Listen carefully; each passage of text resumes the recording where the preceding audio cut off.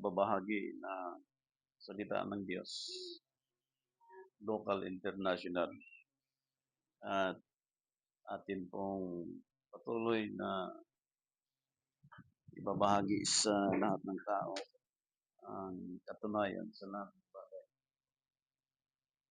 Sapagkat ang utos ng Diyos sa Matthew chapter 24, verse 14. Tingnan po natin sa Biblia. Matthew chapter 24, verse 14. Bilang pagpapatunay sa utos ng Diyos tungkol sa evangelism. At ipangangaral at ipangbilog ito ng kaharian sa buong sanlibutan sa pagpapatotoo sa lahat ng mga bansa. At kung magkagayon, darating ang wakas. Yan, sa scripture po na binasa ng ating kapatid, malinaw yung pagkabanggit sa Biblia na merong pangangaral na ginagawa ng mga tagapagturo at napakahalagang pangangaral po sapagkat ang binanggit po dyan na isang turo na mula sa Diyos na kailangan po sundin sapagkat ang binanggit po dyan ay darating ang wakas. So, ang pag-uusapan po natin sa umagang ito, maging sa ating pagtatalakay sa salita ng Diyos, yung isa sa mga selebrasyon na atin pong patuloy na sinusundan, na itong pangangaral ito, local, international, ang lagi po nating dinidiin sa lahat ng tao, lalo na sa mga nagsusuri, yung tungkol po sa itinakda ng Diyos ayon sa Exodus chapter 9, verse 5. Tingnan natin sa Exodus chapter 9, verse 5. At ang Panginoon ay nagtakda ng panahon na sinasabi, bukas ay gagawin ng Panginoon ang bagay na ito sa lupain. Yun. Sa English Bible, makikita natin, pakibasa uli sa English Bible. The Lord appointed a set time, saying, tomorrow the Lord shall do this thing in the land. Yun. So, yung pagkaintindi po natin internationally sa appointed time, ang nagbigay po niyan, ang naglaan niyan ay Diyos. So, pag sinabing appointed time, doon sa scripture na yon, pakibasa uli sa chapter 9, verse 5 ng Exodus. At ang Panginoon ay nagtakda ng panahon Hmm. na sinasabi, bukas ay gagawin ng Panginoon ang bagay na ito sa lupain. Yun. Malinaw po na yung pagtakda ng Diyos, and the Lord appointed a set time, saying, tomorrow the Lord shall do this thing in the land. Yan. Sa panahon po natin, pag tinignan natin yung appointed time, bawat chapter sa Biblia, bawat verses sa Biblia, in how many thousands of verses, ang nagtakda niyan Diyos, tulad ng mga panahon sa paglikat ni Moises mula sa Egypt, na binihag ang Israel in more than 445 years, na ang instruction ng Diyos, kukuha sila ng kordero sa ikasampu at yung buwan ng paglikat nila sa Ehipto on the first month of the year. Mababasa natin yan sa Exodus chapter 13 verse 4. At yung Passover, mababasa din po natin sa Exodus chapter 12. At yung pagkuha niya ng kordero sa ikasampu on the first month of the year ay pinaalagaan ng Diyos kay Moises sa 4 na araw na sa first month of the year. So, pag binilang mo siya, ay sa ika-14 ng buwan, on the first month of the year, ang itinakdang appointed time ng Diyos. So sa makatuwid, kung hindi po sinunod ni Moises ang instruction ng Diyos, kailanman hindi makalabas ang Israel sa pagkaalipin sa Ehipto. So malinaw na yung itinakda ng Diyos na panahon, oras, araw, buwan, kailangan sundin sapagkat tulad sa panahon natin, tayo ay hintil sa nagdaan. Walang Diyos, walang tipan, walang bahagi sa bansang Israel, walang pangako. Nilabas tayo ng Diyos through Jesus Christ from the bondage of sin, also the traditions of men. Kaya nung tinawag si Apostol Pablo, sumulat siya sa Colossus chapter 2, verse 8, na yung filosofiya ng sanlibutan, okay, against the appointed time of God. Ang sabi niya, ito ay hindi kay Kristo. Okay, tingnan natin sa verse 8. Ngayon magsipag-ingat, baka sa inyo ay bumihag sa pamamagitan ng kaniyang filosofiya at walang kabuluhang pagdaraya. Ayon sa saling-saling sabi ng mga tao, ayon sa mga pasimulang aral ng sanlibutan at ayon kay Kristo. So, ang ipinakita po dyan na sinasabi, yung mga bagay na yun ay hindi sa Diyos at the same time kay Christ.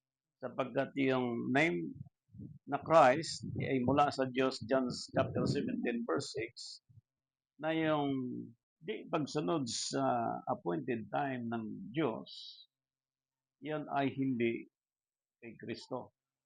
And that is the philosophy of this world. So, dito po ipinakita na hindi na po katakataka, kalimitan sa mga tinawag ng Diyos ay hindi mga professional na nagtapos ng kurso sa daigdig na ito, sapagkat sa simple pong paliwanag dyan, ipinakita po ang filosofiya ng sanlibutan ay isa sa mga sumira doon sa itinakda ng Diyos. Okay. Tutong titingnan natin yung Lucas chapter 1 para po maging maaga po ang ating pong pagtalakay sapagkat mahirap po kumalaban sa Diyos.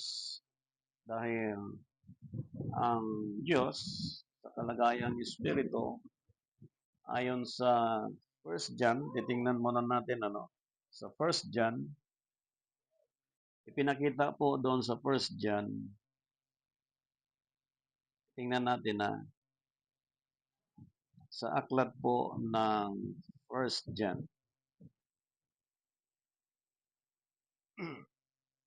Okay.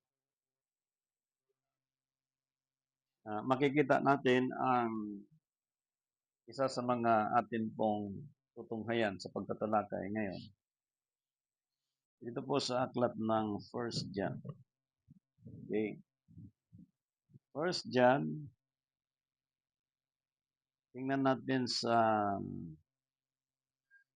chapter 5, verse 16. Chapter 5, verse 16 sa 1 John. Okay, ito muna tayo sa 1 John. Kung makita ng sinuman, ang kaniyang kapatid ay nagkakasala ng kasalanan hindi ikamamatay, ay idalangin siya at bigyan siya ng Diyos ng buhay. Yeah. Na ukol sa mga nagkakasala ng hindi ikamamatay, ay kasalanan ikamamatay. Hindi tungkol dito ang sinasabi ko na idalangin siya. And yung scripture na yan, ipinakita ni Apostol Pablo in chapter 1, verse 8 ng Galatia.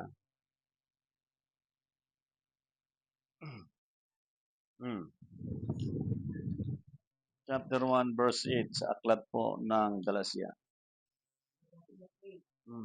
Datapwat, nahimat kami o isang anghel na mula sa langit, ang mangaral sa inyo ng anumang ebanghelyo na iba sa aming pangangaral sa inyo. Okay. Ay matatapos. Yeah. So, bibigyan natin ng konti pong understanding tungkol dyan na kanina po binasa, merong kasalanang ikamamatay at merong kasalanang hindi ikamamatay. Yeah.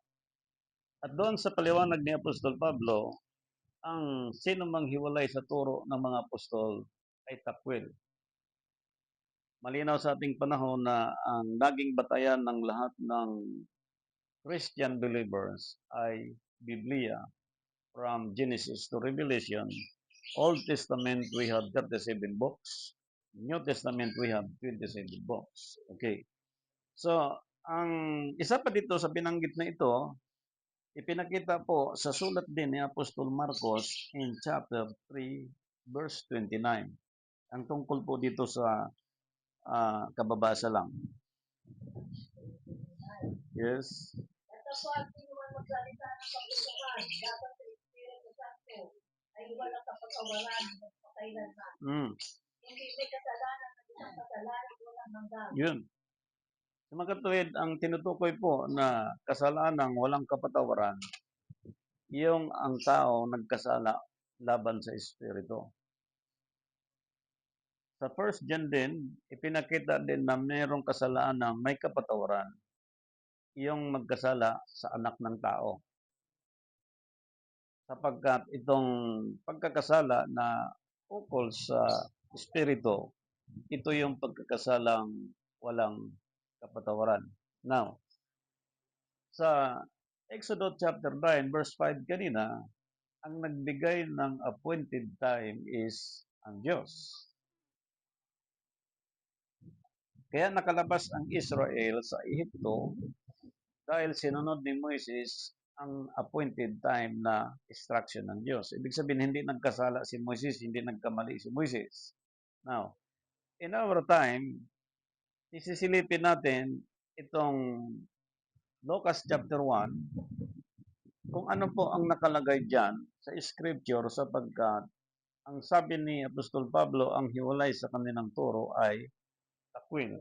Ibig sabihin, babalikan natin ang appointed time na ito sapagkat ang nag-restore niyan, hindi tayo, kundi si Christ, ayon sa Acts chapter 3, verse 21. Tingnan natin ang Acts chapter 3, verse 21, bago tayo lalawin.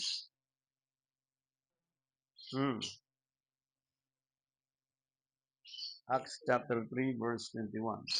Na siya'y kinakailangan tanggapin ng lapit hanggang sa mga panahon ng pagkakauli. Yun. Sa dati ng inhap ng mga bagay. Na sinalita ng Diyos sa pamamagitan ng bibig ng kanyang mga banal na propeta buwas pa sa ng una. Yan. Yung pag-restore ni Christ, ibabalik niya ang lahat ng bagay sa dati sapagkat, lalo na sa panahon natin ngayon, marami na pong mga ngaral na ang appointed time ng Diyos hindi na po naibalik. Ngunit, thousands of years, mula nung namatay si Kristo at nabuhay na maguli, ang sabi ng Scripture, nung tinanggap siya sa taas, ibabalik niya ang lahat ng bagay sa dati. Ang day of resurrection ni Christ, after His death, to shut down the right throne of the Father in chapter 12 ng Hebrew, ang lahat ng bagay ibabalik niya sa dati, yung appointed time.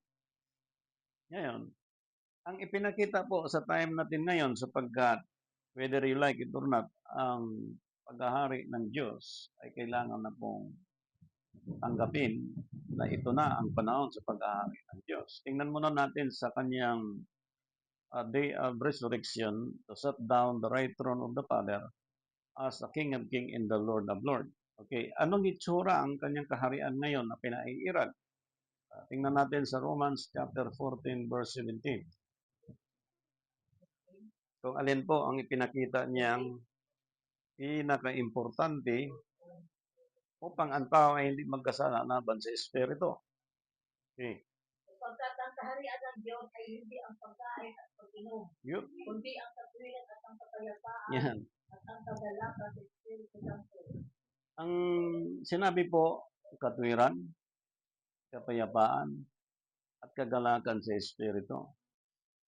Doon sa katwiran po, doon pumasok yung salitang appointed time. Righteousness. Who is the righteousness of God? Jesus Christ. Ang Diyos Espiritu. Nahayag ang Diyos bilang Espiritu doon sa kanyang larawan. Now, if we talk righteousness, if we talk appointed time, the appointed time of God is our Lord Jesus Christ. So, hindi pwede na baguhin, palitan, dito sa time ng Spirit Dispensation sapagkat ang tunay na kagalakan na dapat matamo ng lahat ng tao sa buong daigdig, even in any religions, yung hindi siya nagkasala laban sa Espiritu, na siyang tunay na kagalakan na maranasan matamo ng lahat ng tao kapag nasunod niya ang katuwiran at ang kapayapaang bigay ng Diyos at the same time ang kagalakan sa Espiritu. Now, titingnan natin mabuti.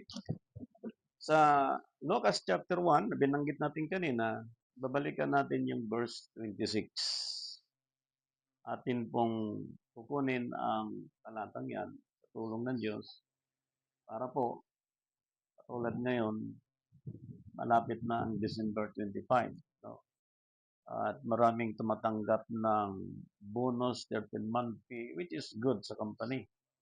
At titingnan natin, ito ba ay sagrado na maibigay ng tao sa Diyos? Ito ba ay tamang appointed time na binigay ng Diyos para po i-celebrate ng buong daigdig? Ganun po, mga kapatid. Sapagkat tayo ay kabilang doon sa sinabi ng Diyos na ipangaral ang kanyang salita sa buong sanlibutan sa kadarating ang wakas. Hindi po wakas na ang daigdig ay madurog, kundi wakas ng mga mali na paniniwala natin paglaban ng tao doon sa itinakda na panahon ng Diyos. Okay. Sapagkat mabigat po ang bago natin tutukan yan, sapagkat mabigat po ang magiging katayuan ng tao, lalo na sa panahon natin, yung atin pong titingnan kung paano ka sidhi, no? Ang kakaharapin natin sa panahon natin dahil meron siyang ibinigay na scripture po sa atin kung paano po natin harapin ang katotohanan sa panahon natin na masunod ng bawat isa ang kahalagahan sa pagkilala.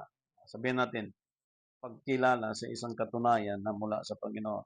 Balikan muna natin yung binanggit kahapon sa Acts chapter 21.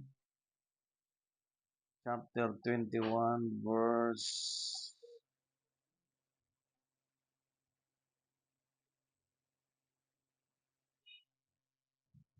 40. Okay. Verse 40, puntahan muna natin. Mm-hmm. At nang siya ay mapahintulutan na niya, si Pablo na nakatayo sa hagdanan, inudyat ang kamay sa bayan. At nang tumahimik ng totoo, siya ay nagsalita sa kanila, sa wikang Hebreo na sinasabi. So kung mapansin niyo po, yung binanggit kahapon, yung nasa ilalim ng sizing opportunities, sa time ni Apostol Pablo, ipinakita po ang direction ng kanyang ministry sapagkat Hebrew din siya, Pariseo. Yung mga tao ng kanyang kaharap, bawat panahon ng kanya pong pagganap sa gawain ng paglilingkod sa Diyos sa pangangaral sa iba't ibang lugar, hindi siya naglikat sa mga itinakda ng Diyos para sa kanyang panahon na yung opportunity na binigay sa kanya ng Diyos, sinisikap niya, base sa binasa kanina, na iniingatan niya huwag siyang magkaroon ng kapusungan ng pag-aaral laban sa Espiritu. Sapagkat binanggit kanina na walang kapatawaran ang sinumang nagkasala laban sa Espiritu. Sa Mark chapter 3, verse 29, binasa kanina, but he that shall blaspheme against the Holy Ghost hath never forgiveness, but is in danger of eternal damnation. So mabigat po yung pagkabanggit pong yan. Sapagkat ibalikan nga natin sa ibang talata po, sister, sa binanggit po natin. Try mo ngang banggitin sa English Bible.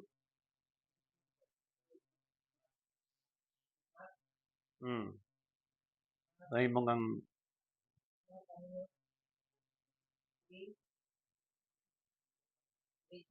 3:29 ng aklat po ng Marcos. Okay? But he that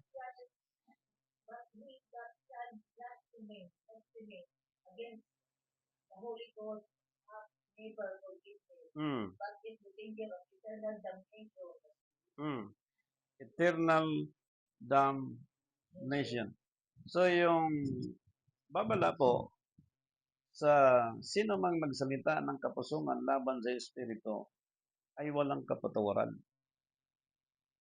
Lahat tayo ay nakaintindi na ang tanging nagpatawad sa ating mga kasalanan, walang iba, ang Diyos, at sa pamagitan ng kanyang larawan, tayo ay tinubos.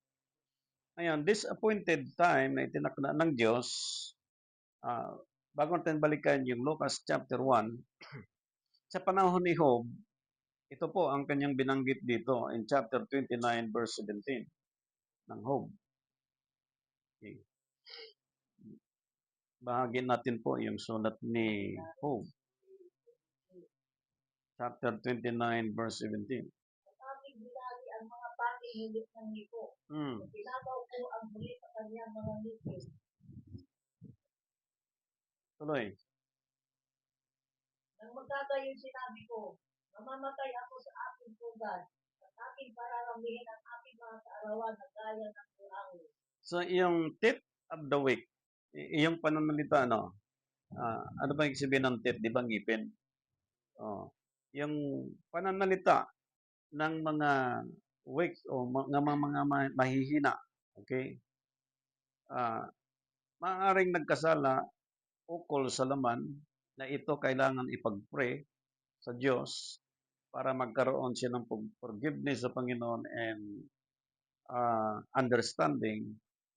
Yung ginawa ni Job, isang desisyon na kailangan niyang bigkasin sa kanyang mga labi sapagkat sa buhay ni Job, sa history, nanindigan si Job na siya ay talagang hindi maglikat ng pananampalataya, na hindi siya pababayaan ng Diyos maging sa kanyang buhay, maging sa kanyang ministry.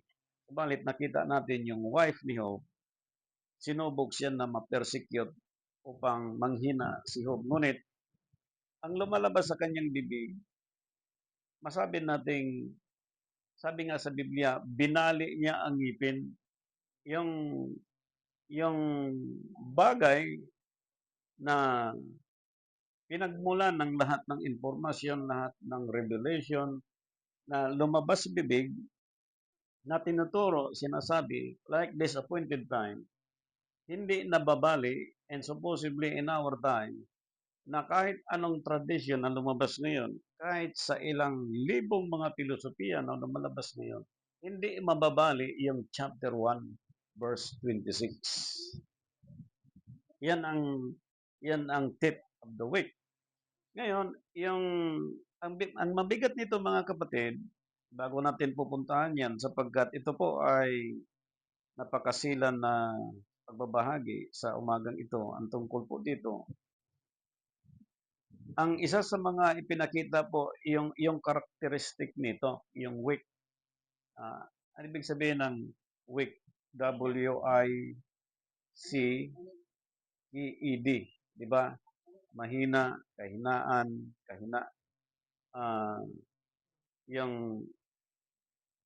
yung pagsasalita na hindi ka nabibless, yung pangungusap na hindi ka lumalakas, yung characteristic nito, mapapansin mo sa scripture, nilinaw ni Haring David ito. Tingnan nyo ha. Tingnan natin mga kapatid kay Kristo bilang nagsusuri. Psalms chapter 5, verse 9. Tingnan natin. Psalms chapter 5, verse 9. Bago natin balikan yung Lucas chapter 1. Sapagkat walang pagtatapat sa kanilang bibig. Hmm. Ang kanilang kalooban ay tunay na kasamaan. Hmm. Ang kanilang lalamunan ay bukas sa libingan. Sipin niyo po. Bilay na mamulula ng kanilang bilang. So, threatening against of God, against the weak. Tingnan mo yung battle po, mga kapatid, no? And how many billions of people in the whole universe. Threatening against of God and against the weak. So, sa madaling sabi, those weak in our time, those are destroying the appointed time of God. Those are doing this in a thousands and a millions of people or billions of people. These are also against God. So, ang tao pala, sa madaling sabi, kapag hindi katulad ni Job, naninindigan, maging kalaban ng taong ito ang Diyos. Ibig sabihin, kapag ang tao na natili sa kahinaan, nadala sa kahinaan, napasabay sa kahinaan, sa filosofiya ng sanlibutan, ang mga taong ito ang kalaban nila, Diyos. So kanina, there is no forgiveness kapag ang tao po ay nagkasala laban sa Espiritu. Therefore, we have Jesus Christ to save and to redeem, to baptize in the name of Jesus Christ sa physical na pagkakasala ng isang tao. Kaya po, ang 10 utos malinaw na yung 7 para sa tao, yung 3 sa Diyos. Kasama po diyan yung pagsamba sa Diyos sa ikapitong araw. Yung 3, ibig sabihin, special para sa Espiritu Santo. At yung 7, special din para sa mga tao na isave ni Christ bilang tao. So, ang ipinakita doon, ang pagkakasala ng tao sa Diyos, pagsira sa appointed time. Through Jesus Christ, sinisave tayo para i-restore uli niya ang spiritual na appointed time na ang physical na kalagayan ng taong nagkasala laban sa Diyos, anuman ang krimen ng kanyang ginagawa. There is also a forgiveness, both spiritual and physical. Now, ang taong ito, katulad ni Paul, katulad ni Apostol Marcos, katulad ng lahat ng mga propeta, ipinapakita sa ating panahon na kapag ikaw ay naglingkod sa Diyos, okay, at kinikilala mo siyang King of King and Lord of Lord, ang kagalakan mo sa Espiritu, yung hindi ka laban sa Diyos. So, ang ipinakita kanina sa Scripture, binasa kanina, puntahan natin yung Levitico chapter 26 verse 16. Chapter 26 verse 16. Yes. Chapter 26 verse 16. Ay gagawin ko naman ito sa inyo. Ilalagay ko sa gitna ninyo ang sindak, ang pagkatuyo, ang lagnat, at na nauubos sa mga mata, at magpapapaypay sa kaluluwa, at maghahati kayo ng inyong dinig na walang kabuluhan, sapagkat kakanin ng inyong mga kaaway. Isipin niyo po, ilang nagtatak sa bansang ito. Magkano ang koleksyon ng ating government every year sa taxation? Billion. Magkano ang inilaan ng gobyerno sa PhilHealth? Ilang libong nagkasakit araw-araw ang nasa ospital?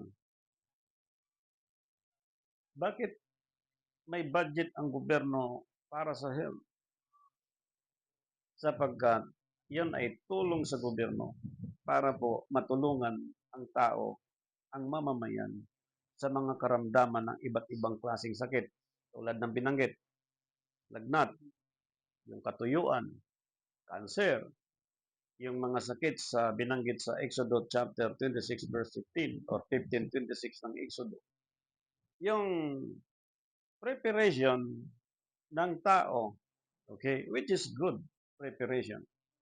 But in every preparation, if there is any preparation against the will of God, ang kalaban niya Diyos, there, there is a kind of a threatening against the will of God, against the appointed time of God.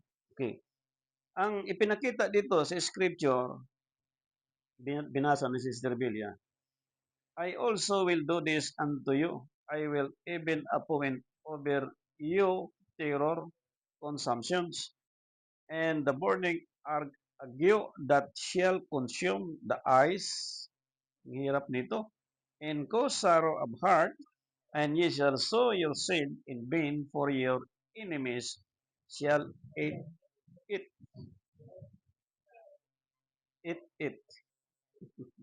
Praise the Lord. Hallelujah. Ngayon, yes. Walang kapantay, walang kaparis. Pag nagalit ang Diyos, grabe. Kaya po, itong Lucas chapter 1, verse 26, isa sa mga mechanism ng appointed time of God. Kailangan malaman ng lahat ng tao, matutunan natin, maisabuhay natin, sapagkat ito ay mula sa Espiritu.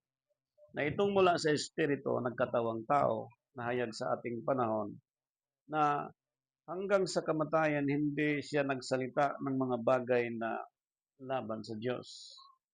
Tayo ngayon, mga na kay Christ, sa paglilingkod, meron tayong weekly na pag-serve sa Panginoon, meron din tayong monthly, meron din tayong yearly. Papasok tayo ngayon sa yearly. Na itong yearly ngayon, ipinakita sa panahon natin, December 4, darating ang December 25, na ang December 25 ay talagang kinasanayan na yan ay birth of Jesus Christ. So pag tinignan natin ang ating mga birth certificate, physically, may mga record tayo sa PSA, may record tayo sa iba't ibang mga ina-applyan natin sa trabaho, may hawak ka ngayong original birth certificate, and that is your original birth certificate. So, as a Christ believers, if we took appointed time, ang tanong, ano ba talaga, saan makikita natin ang birth certificate ni Jesus Christ? Sinang may hawak na agency? PSA ba? Hindi. Biblia. Hanapin natin sa Biblia yung tamang birth certificate ni Jesus Christ. Okay. Simulan natin. Lucas chapter 1, verse 26. Okay. Sinong magbabasa sa atin? Nang ika-anim na buwan, Yun. may sinubo ng Diyos ang Anghel Gabriel sa isang bayan ng Galilea, ngalay Nazareth. Ngayon, yung ika-anim na buwan na yon, sa malalim na pagsusuri sa panahon ni Pope Gregory. Okay? Bagamat siya ang nalanta dito sa mga pag-aaral, si Constantine hindi masyadong pinag-uusapan, yung emperor ng Rome. So, if we talk the kingdom of God in the name of Jesus Christ, ang kahariang ito ay dapat sundin ng lahat ng mga Christ believers, hindi ang kaharian ni Constantine. Kaya pagka sinunod ang kaharian ni Constantine, you are under the Roman Empire. Kapag ikaw naman ay sumunod sa kaharian ng Diyos, you are under Jesus Christ government or kingdom. Now, dyan sa Lucas chapter 1, bago yan sinulat, sinulat mo na ni Propeta Isaiah in chapter 9, verse 6, ang tungkol po sa kaganapan ng Lucas chapter 1.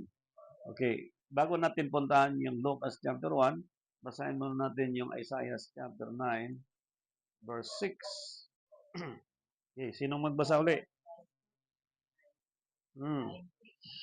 Sapagkat sa atin ang ipinanganak ng isang bata, Yes. sa atin ay ibinigay ang isang anak na lalaki, at ang pamamahala ay maaatang sa kanyang balikat. Bago magpatuloy ang ating sister, ilang bata ang isisilang? Hindi dalawa, hindi tatlo. There is only one Savior and Redeemer to forgive of our sin in the name of Jesus Christ. Saan galing yung pangalan na isang ipapanganak? Mula sa Diyos. Saan galing yung larawan na ipinanganak ni Mary? Conceived by the Holy Spirit. Okay. Ngayon, ituloy mo. Maaatang sa kanyang balikat. Ang kanyang pangalan ay tatawagin sa mangha-mangha. Yes. Kapayo, makapangyarihang Diyos, Yes. walang hanggang Ama, Yes. Pangulo ng kapayapaan. Yun. Ang pamamahala means government. Sa kanya, ipagkatiwala ang pamamahala or government. Natatawagin siyang Prince of Peace, Counselor, and Everlasting Father because of His name. Na yung name na tinanggap niya, hindi bigay ni Mary at ni Joseph, kundi bigay mula sa Diyos. Sapagkat ang pangalang Jesus Christ mula sa Diyos. Okay. Ngayon, ang pagdating ni Gabriel on the 6th month, yun po ay buwan ng Gregorian calendar. Na ang 6 months na Gregorian calendar, yun po ay buwan ng June. Tuloy mo ang verse 26. Makikita natin sa pagbabasa. Verse 27. Sa isang dalagang mag-aasawa sa isang lalaki, na ang kanyang inalay Jose, sa angkan ni David, at Maria ang pangalan ng dalaga. At pumasok siya sa kinaroroonan niya at sinabi, "Magalang ka, ikaw na totoong pinakamamahal, ang Panginoon ay tumasa iyo." Yan ang sabi ng anghel. Tinanggap ni Mary yan. Yung sinasabi ng anghel sa kanya. Hindi nagreklamo si Mary, hindi siya nag-react, hindi nagsalita ng mga pangit na salita, kundi pinakinggan niya at tinanggap niya, pinaniwalaan niya ang sinasabi ng anghel. Tuloy mo. Please. At ay totoong nagulumihanan sa sinabing ito. At iniisip sa kanyang sarili kung anong bakit kaya ito. At sinabi sa kanya ng anghel, "Huwag kang matakot, Maria, sapagkat makatungkol ka ng biyaya ng Diyos." Sa mga kapatid, bago magpatuloy ang pagbabasa ng ating kapatid, sinabihan si Maria, huwag kang matakot. Meaning, kapag isa ka, kabilang ka, nagaganap doon sa appointed time na tinakda ng Diyos, same instruction, huwag kang matakot. Sister Mante, huwag kang matakot. Sister Basto, huwag kang matakot.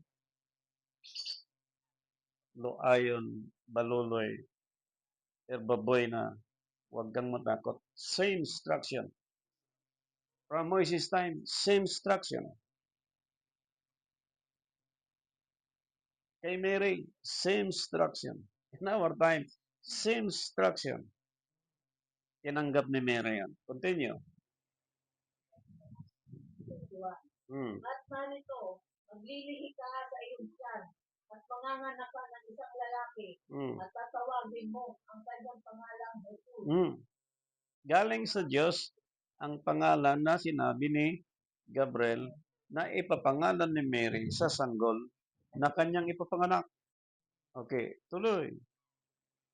Siya'y magiging dakila at tatawagin anak ng kataas-taasan. Yes. At sa kanyang ibibigay ng Panginoong Diyos ang luklukan ni David na kanyang ama. Sapagkat may propesya na sa Isaiah chapter 9 He is the Prince of Peace and Counselor, everlasting Father, at ang panggobyerno ay maaatang sa kanyang balikat.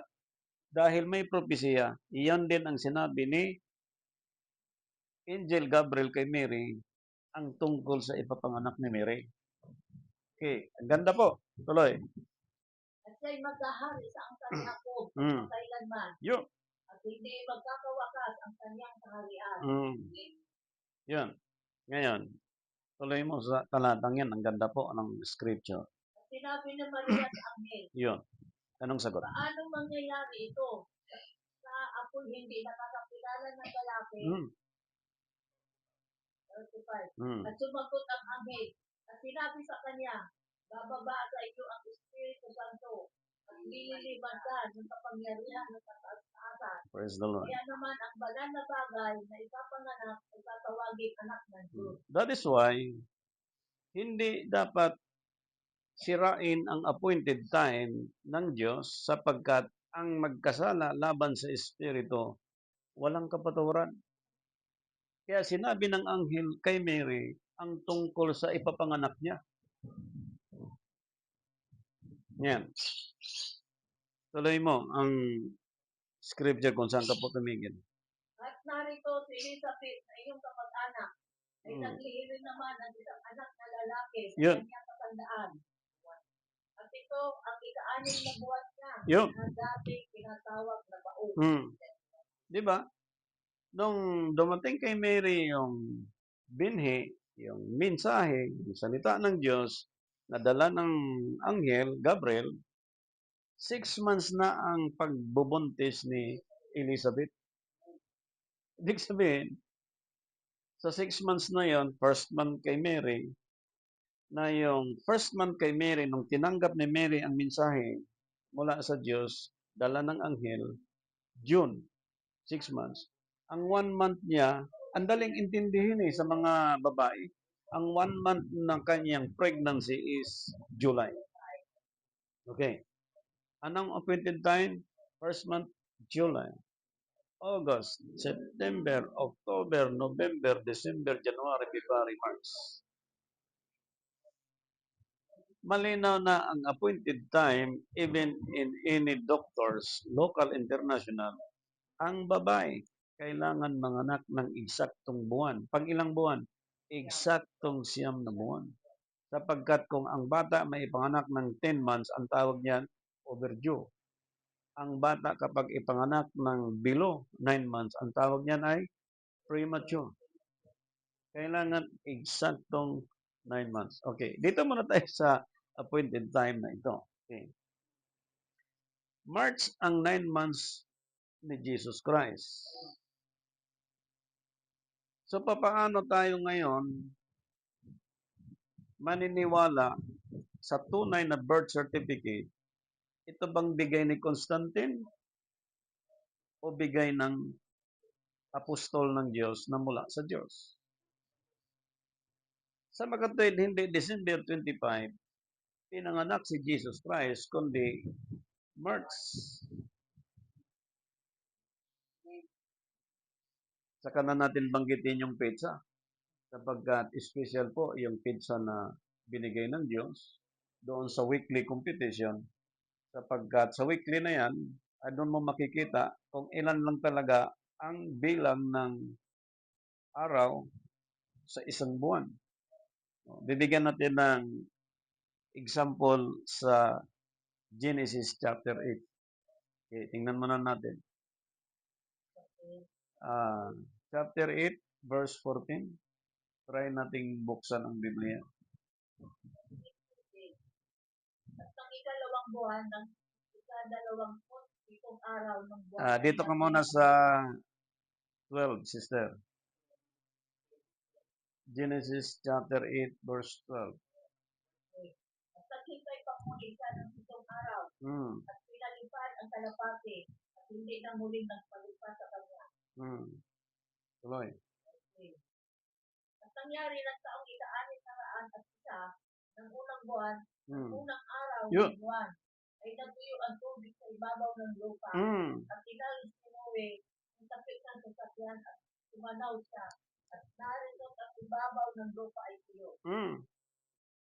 tuloy. Meron ng kinonsume ng isang araw, tuloy. At ang ikadalawampung araw ng buwan ay natuyo ang lupa. Yeah. So totally, hindi premature, hindi overdue, hindi sobra, hindi kulang, eksaktong 28 days. Totally ang lupa natuyo. Bakit? Meron ng isang araw kinonsume from verse 13. Pagdating ng verse 14, another 27 days.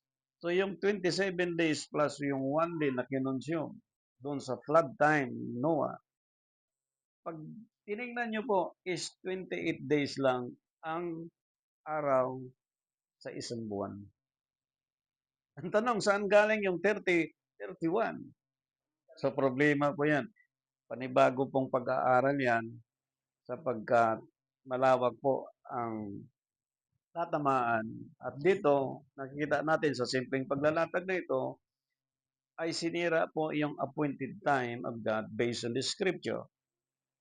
So, ang appointed time from first month ni Jesus Christ sa month of July, na ang 9th month niya is March, ang appointed time, malaki po ang pagkasira. Tingnan nyo ha, sa mga nagsusuri. Ang kalendar natin, ang first month of the year is January. Ang 12 months niyan ay December. Okay? So pag tinignan nyo po doon sa original calendar mula sa Hebrew, Abib or Nisan, na ang paglilinaw po dyan sa Thomson Bible sa mga pag-aaral sa professor, mga professor po, ang Abib or Nisan ay kalahati ng March, kalahati ng April. So saan kinuha ngayon yung March and April? Alam mo, ang talino noon. Talagang ako ay saludo sa unawang yon. Sapagkat ang March ay kumakatawan sa birth ni Jesus Christ, ang April ay kumakatawan sa first month ni Jesus Christ after nung siya pinanganak ni Mary. So sa mga katuwid, yung Abib or Nisan na sinabi ng Diyos kay Moises, na kumuha ka ng kordero on the first month of the year sa ikasampo. Na ang tinutukoy po niyan ay April na first month ni Jesus Christ sa daigdig na ito after nung pinanganak siya ni Mary. So yung March, April, kumakatawan kay Kristo sa birth and first month niya. Ibig sabihin, ang computation po sa first month of the year, sa perfect calendar mula sa Diyos, para sa mga taong lumabas sa sistema ng filosofiya ng sanlibutan ito, binigay ng Diyos yung buwan ng April sapagkat si Christ pinanganak sa daigdig na ito sa kalendaryong Gregorian. Therefore, tayong mga believers in God through Jesus Christ na nag-iingat na hindi magkasala laban sa Espiritu sapagkat tayo pinatawad na sa ating pagkakasala laban sa Diyos, laban sa ating mga nagawang laban sa kapwa. Yung pagpapatawad na binigay ng Diyos sa atin, iniingatan pa rin tayo ng Diyos na dito sa pagsunod natin sa Gregorian calendar, hindi tayo ang mag-declare kundi ang itinakda ng Biblia, walang iba. Ang pinanganak ni Virgin Mary na siya ngayon ang pinaka-mechanism sa appointed time na ating sinusundan. Ang problema ito po, sapagkat those are against the appointed time of God. They are threatening against God. Sapagkat threatening po, mahirapan dito ang tao. Kaya mapalad sa panahon natin kung paano nakasurvive ang mga manggagawa sa Panginoon sa panahon natin po against the traditions of men. Tingnan nyo ha, sa panahon ni Joshua, ito pong paliwanag niya. Yung threatening against of God, against the weak. Yung laban po dyan, yung battle, okay? Joshua chapter 23 verse 15. Yung threatening against God. Those are doing against the will of God or destroying the appointed time of God. They are threatening against God. Okay? Joshua chapter 23 verse 15. At mangyayari na kung paano ang lahat ng Hmm. mga mabuting bagay ay nangyari sa inyo. Yun. Ang salita sa inyo ng Panginoon, inyong Diyos. At gayon dadalhin ng Panginoon sa inyo ang lahat ng mga masamang bagay hanggang sa kayo malipol niya dito sa mabuting lupain. Ibinigay sa inyo ng Panginoon. Diyos ko po, ang nangyari? Baha, salot, gutom, trahedya. Ipapadala ng Diyos. Alam mo kung meron palang Lazada at Shopee ngayon, ang Diyos number 1 gumagawa talaga.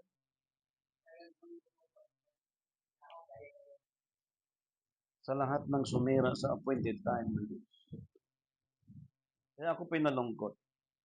May binigyan nito ng understanding to enforce the appointed time of God. Nung binago niya, namatay siya sa cancer. Ako'y nalungkot. Sabi ko, hindi ganyan ang plano ng Diyos. Actually, you are the temple of the Holy Spirit. You are the habitant of the Holy Spirit. Bago sirain ang katawan mo, sisirain mo na yung maninira sa iyo. So, paano lalapit ang karamdaman at sakit?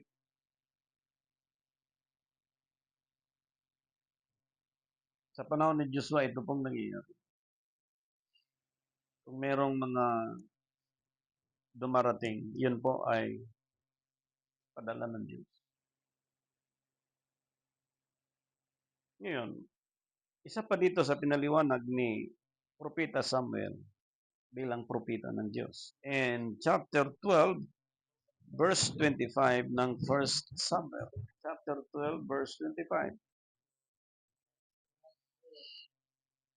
Ngunit kung kayo'y namamalaging gagawa ng kasamaan, kayo'y malilipol.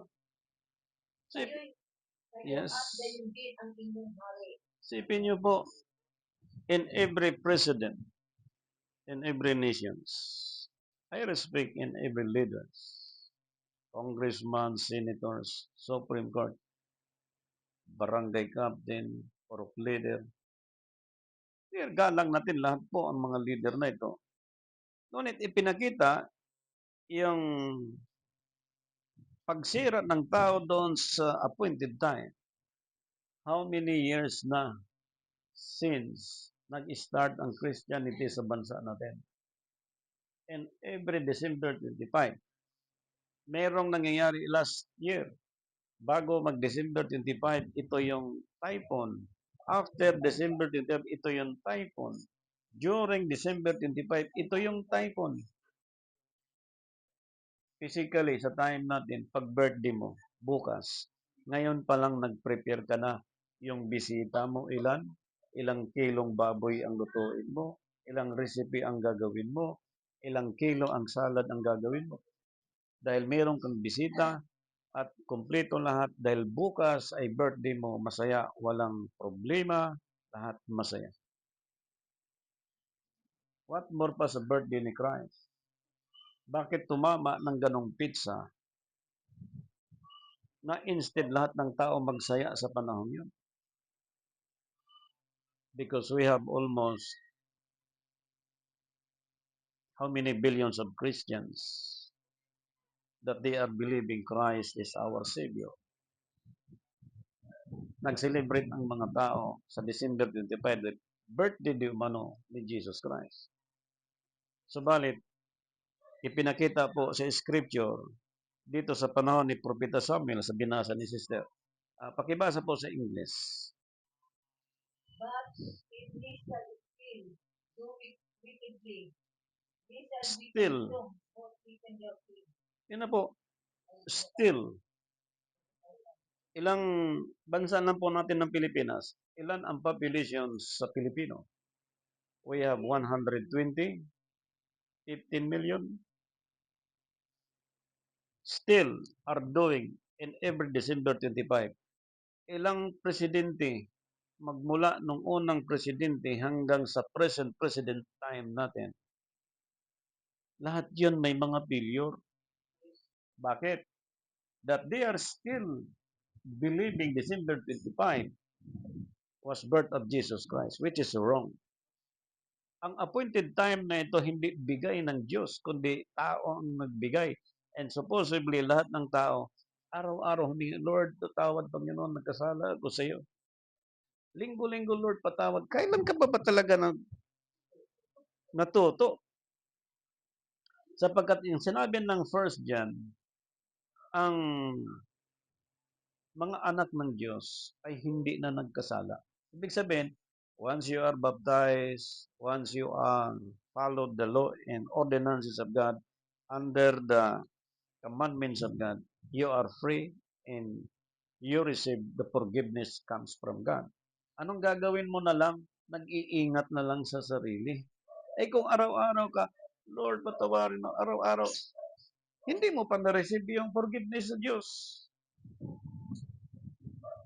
Ilang prayer gagawin ng mga tao araw-araw, pray without ceasing. Hindi ibig sabihin na mag-rosary ka, maghapon, sige dyan. Ibig sabihin, every now and then, pwede kang nakakonek sa Panginoon. Every seconds, nakakonek ka sa Diyos. Yan ang pray without ceasing. But they are still doing to destroy the appointed time of God. Even the king, tatamaan din dito. Kaya po, hindi tayo pwedeng pumili ng isang leader na sa ating sarili na dapat talaga pili mula sa Diyos. The problem is, ang politics sa ating bansa gumugulo. Ang tanong ko, nasaan ang mga religious leader? Ba't hindi na-counsel itong mga leader? But because of this, ang kahinaan, umiiral, nangyayari, nagaganap. At ito yung paliwanag ni Propeta Samuel na bago dumating si Kristo, may propesiya na itong mangyayari ngayon sa mga sumisira sa mga itinakda ng Diyos. Salamat na lang tayo sa Panginoon. Since